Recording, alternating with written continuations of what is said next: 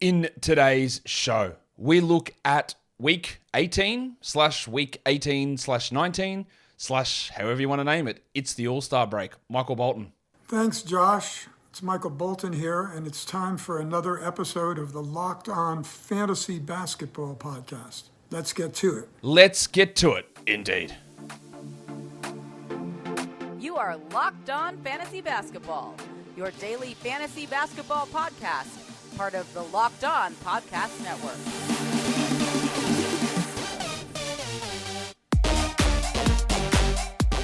Hello and welcome to the Locked On Fantasy Basketball Podcast, brought to you by Basketball Monster. My name is Josh Lloyd and I am the lead fantasy analyst at basketballmonster.com, and you can find me on Twitter, as always, at redrock_bball, on TikTok at redrock_bball, and on Instagram at Locked On Fantasy Basketball. Today's episode is brought to you by LinkedIn. LinkedIn Jobs helps you find the qualified candidates that you want to talk to faster. Post your job for free at linkedin.com/LockedOnNBA. Thank you for making Locked On Fantasy Basketball your first listen every day. We are free and available on all platforms. All-Star break is coming up.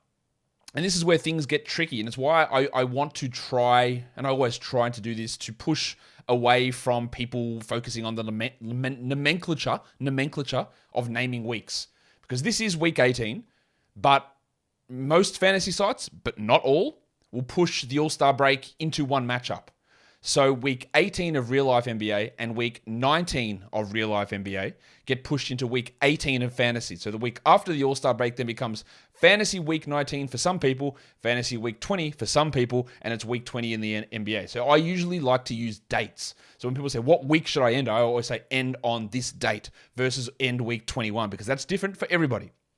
So now the confusion begins.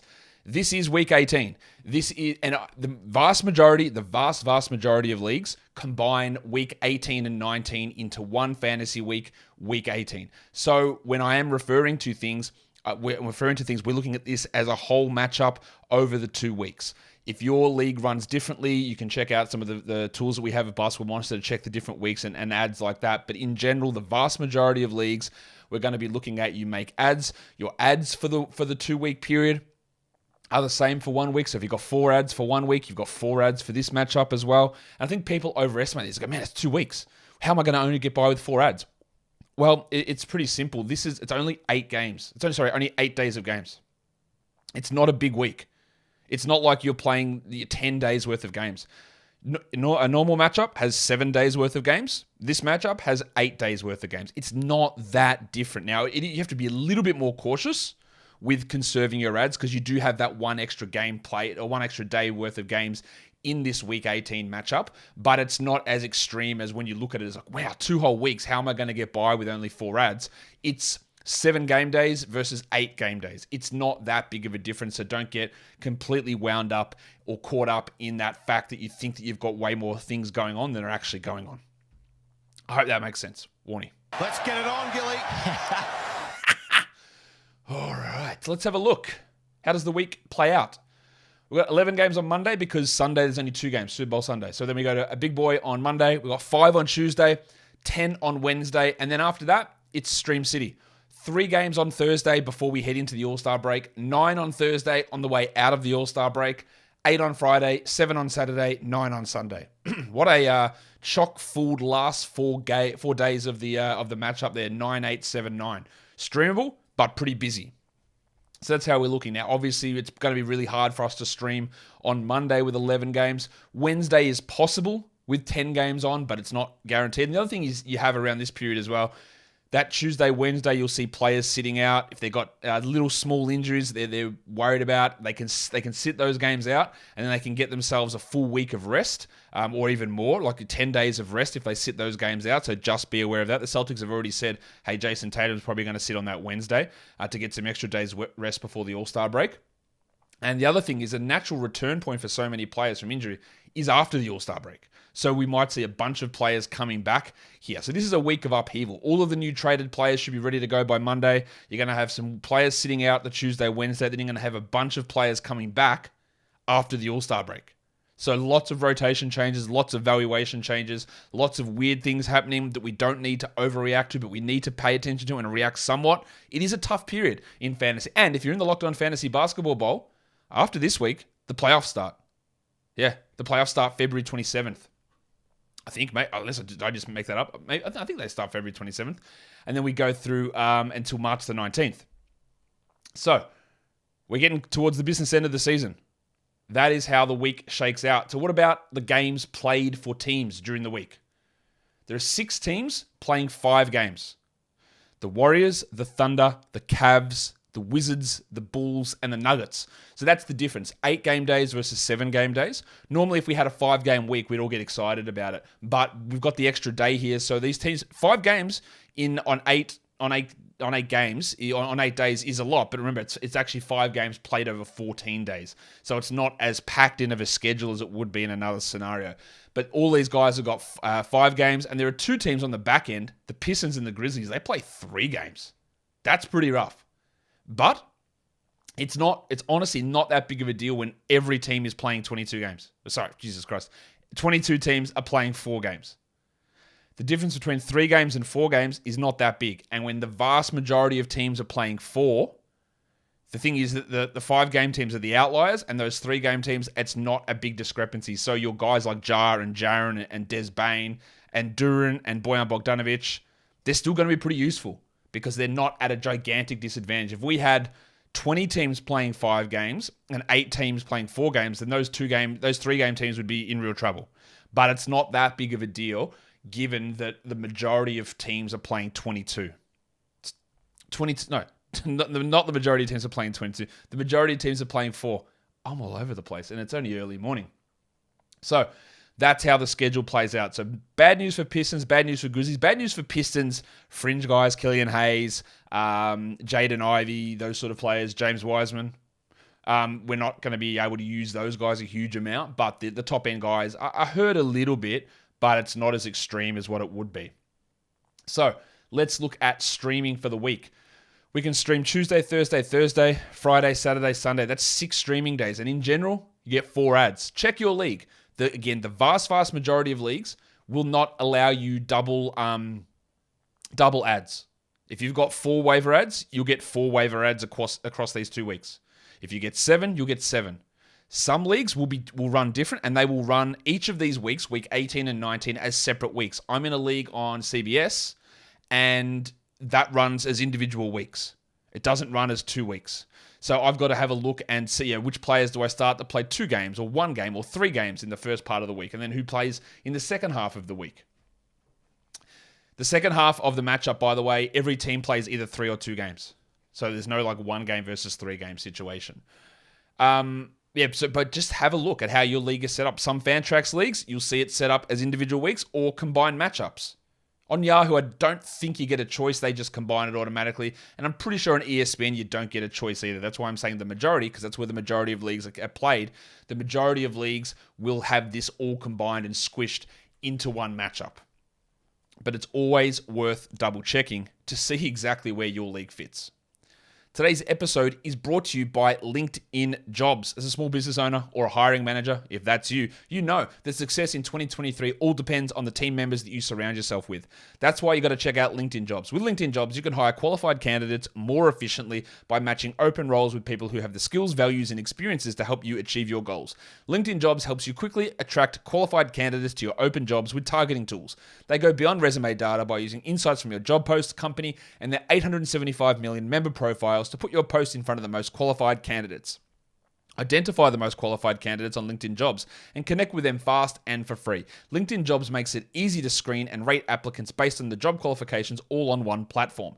LinkedIn Jobs helps you find the qualified candidates that you want to talk to faster. Post your job for free at linkedin.com/lockedonnba. That's linkedin.com/lockedonnba to post your job for free. Terms and conditions apply.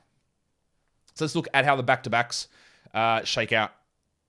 Sunday heading into Monday, Super Bowl Sunday heading into Monday, there are no back-to-backs, so we're good with that. To start the week, Monday, Tuesday, there are back-to-backs, except remember, Monday is a high-volume day, so we're not really focusing on this. But Washington, Orlando, Portland, and the Warriors have that Monday, Tuesday back-to-back. Tuesday, Wednesday, another high-volume day, has the Celtics with a back-to-back, so we've got to watch Monday, Tuesday, the Warriors. Steph not playing, but Clay's going to rest. Will they rest Wiggins? Will they rest Draymond? I don't think so. But we're still going, hey, I haven't even talked about this, but we don't even know what's going on. I talked about James Wiseman before. Didn't even mention he might not even play for the Pistons because there is this Gary Payton injury situation, which Payton, it looks like, is going to be out regardless if he goes to Golden State. So that's not going to impact Dante DiVincenzo, it looks like. And then if the trade gets rescinded, it's not impacting DiVincenzo. So DiVincenzo's value holds. Sadiq Bey, if he goes back to Detroit, his value would push back up. Wiseman's value would drop way off if he heads back to Golden State. And yeah, just random stuff happening all over the place. But we just have to, I don't know where that is. Maybe by the time I'm recording the What to Watch For show for Sunday, the streaming show, I'll know more about that. But the Warriors have a Monday, Tuesday back-to-back. That's one to watch. Tuesday, Wednesday to the Celtics. We already know Tatum's going to sit the Wednesday. Rob Williams will sit one. Al Horford will sit one, almost guaranteed. So, by the way, Mike Muscala might be worth a look in that time. I'll say his name properly in case you couldn't hear that mumbling. Mike Muscala played over Luke Cornett first game. I added him in my 30-team league.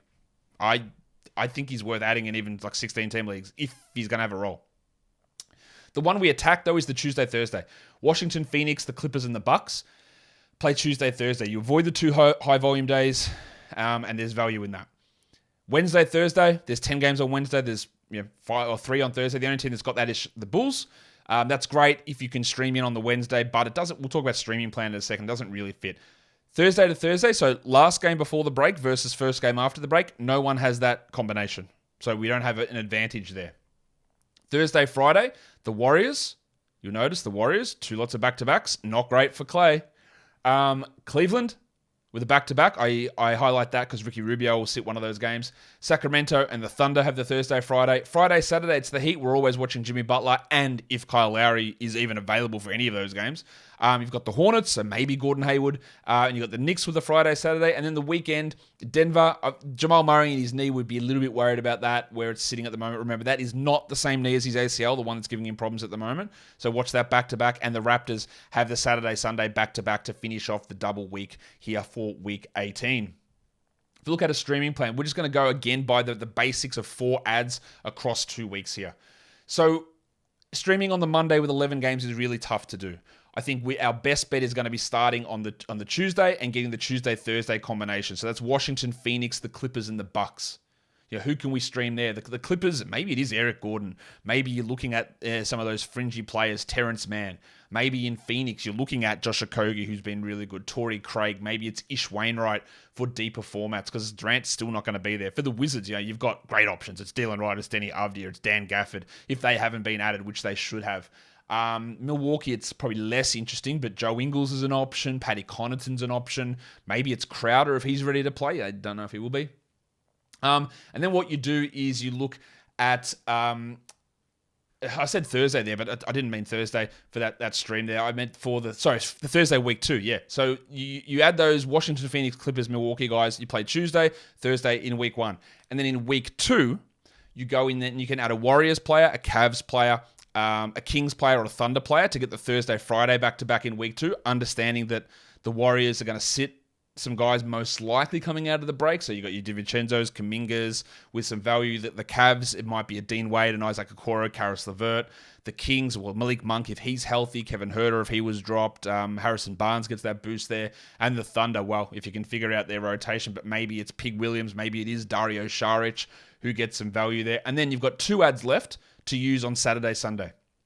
Now, there is a Saturday, Sunday back-to-back, but you can just use those ads to stream in the categories you need. The best option Saturday, the best option Sunday. Or you can do the back-to-back Saturday, Sunday stream and keep that other one for, here's a weird injury-related boost that someone's getting. Let's add that person irrespective of maximizing games for the week. I think that's not a bad idea as well, is using 3 ads on streaming and 1 on, something weird happened, let's grab this guy and see where it goes.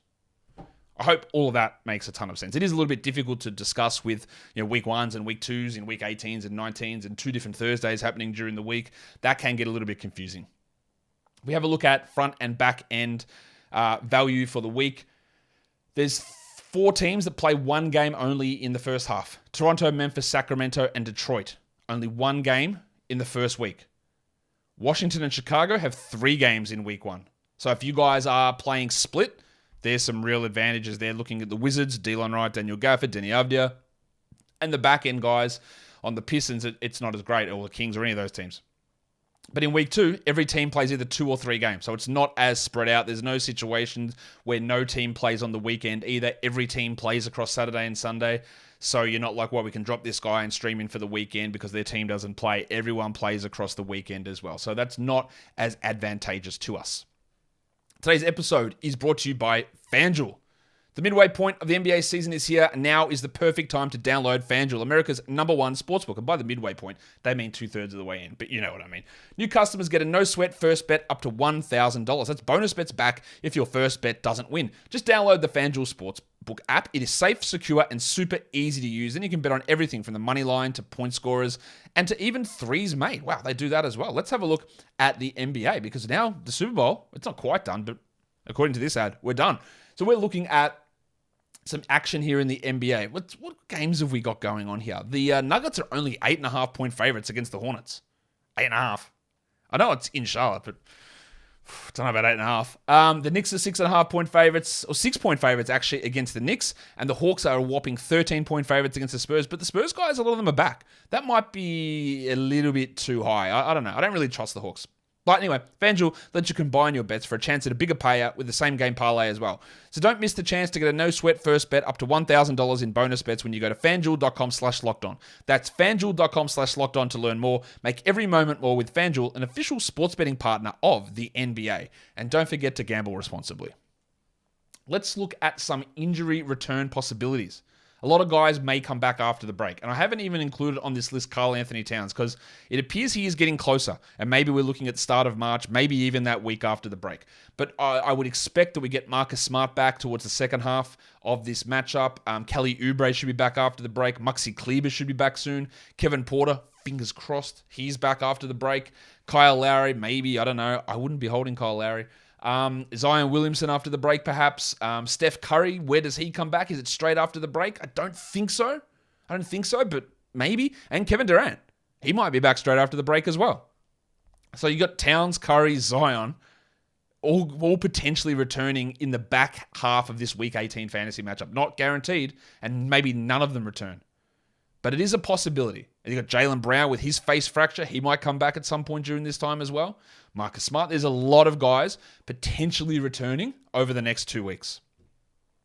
So who can we add if you're in a weekly league? And if you don't have a weekly league, and if you don't know if you've got a weekly league, then you don't have a weekly league. We're 18 weeks in. You know if you've got a weekly league. These are guys that you can add, and some of them are just long-term ads anyway, but with some good value for the week. Mark Williams, it's an easy ad. We're adding him everywhere. He still hasn't been added everywhere. Oh, hi, Mark. He's still available in half of the leagues. Makes no sense. Add him. Dan Gafford, still available in half leagues. Add him. I'll throw Zach Collins into that mix as well. Add him. Alex Caruso, that's a little bit iffy. We're seeing all this weird stuff about teams campaigning to get Russell Westbrook. I guess they're trying to make their lottery odds better. I don't know. If he goes to the Bulls, Caruso gets hurt, but they got 5 games over this period, so that's interesting. Kelly Olynyk, he's a must-roster player, but he's a good ad for the week anyway. Kentavious Caldwell-Pope's still available in lots of spots, and they've got 5 games. The Nuggets, that's a good weekly ad. DiVincenzo with the Gary Payton stuff, and the Steph stuff, and the Warriors schedule, and the 2 Warriors back-to-backs. Real big opportunity. No Steph, 5 games. Probably 2 of those 5 Clay doesn't play, so DiVincenzo's value goes right up. And Denny Avdia and Kyle Anderson. A lot of people dropping Kyle Anderson. Got no idea why. And Avdia's value does push up with Kuzma out. We'll see what happens when Kuzma returns, but the schedule's good enough that all of those guys are really, really strong ads for this matchup period. For guys you can sit, I wouldn't be starting Al Horford. There's a Celtics back-to-back in there. He's not playing well. I wouldn't bother with him. Bogdanovic is interesting to me. Bogdanovic this is. Because if Bay does arrive, I would not start him. If Bay doesn't come in the trade, then he is worth probably looking at. I'd be really cautious with this one, but I'd consider sitting Christian Wood. 3 games in a row, he is not playing. And we talked a lot when that Kyrie trade went down. Well, I didn't know if I talked a lot. I talked about it. When that Kyrie trade went down, I don't know what they're going to do with Wood. I thought maybe they're going to trade him because him in the starting lineup and these defensive deficiencies is a problem. And then his offensive role is going to reduce significantly. And they just said, bro, we're not dealing with your defense. Sit on the bench and play 18 minutes behind Dwight Powell and JaVale McGee. And I don't know how that's going to go over. Is it injury return? Like the bloke broke his thumb. He didn't twist his ankle. He didn't sprain his knee. He broke his thumb. So is it injury return stuff? I'm very, very cautious. Again, this is how a lot of the stuff that I do goes. I look at this and go, His defense with Kyrie is going to be disgusting. They don't need his offense. I'm really worried about his role. And then it happens that he plays under 20 minutes for 3 consecutive games. I go, oh, maybe they think the same thing as me, and maybe it causes me to double down on that thought. But the only other optional reason is it's injury. And then I go, well, it's his thumb. Why are we playing so few minutes with a thumb? It is risky because maybe he goes back and starts and plays 39 and is good. I'm not sure about it. I wouldn't start Jaylen Brown. I don't know when he's returning. I wouldn't bother with that. Manuel quickly. Who knows what happens when Josh Hart returns, but as I've said the whole time, Josh Hart is not playing 10 minutes that Juice McBride's been playing. He's playing more than that, and they've got to come from somewhere, and it's going to come from Grimes, it's going to come from quickly, and it's probably going to come from Barrett. And even if Hart only plays 25 minutes, that's 15 minutes he needs to get off somebody. And it's either going to come all from one player, unlikely, or it's going to be 5 off Barrett, 5 off Grimes, 5 off quickly, which makes them really hard to use. Sadiq Bey, he's in limbo, and I wouldn't start him anyway with only 3 games. So the 3 games for the Pistons, or if he's on the Hawks, he's playing a low-minute role. Wouldn't start Rowan Barrett, same reason as quickly, and Jaden Ivey, only the 3 games, and he's not that good. For points leagues, guys, we're going to add a lot of the same names. The Bronco Jalen Williams still unbelievably available in like 45% of leagues.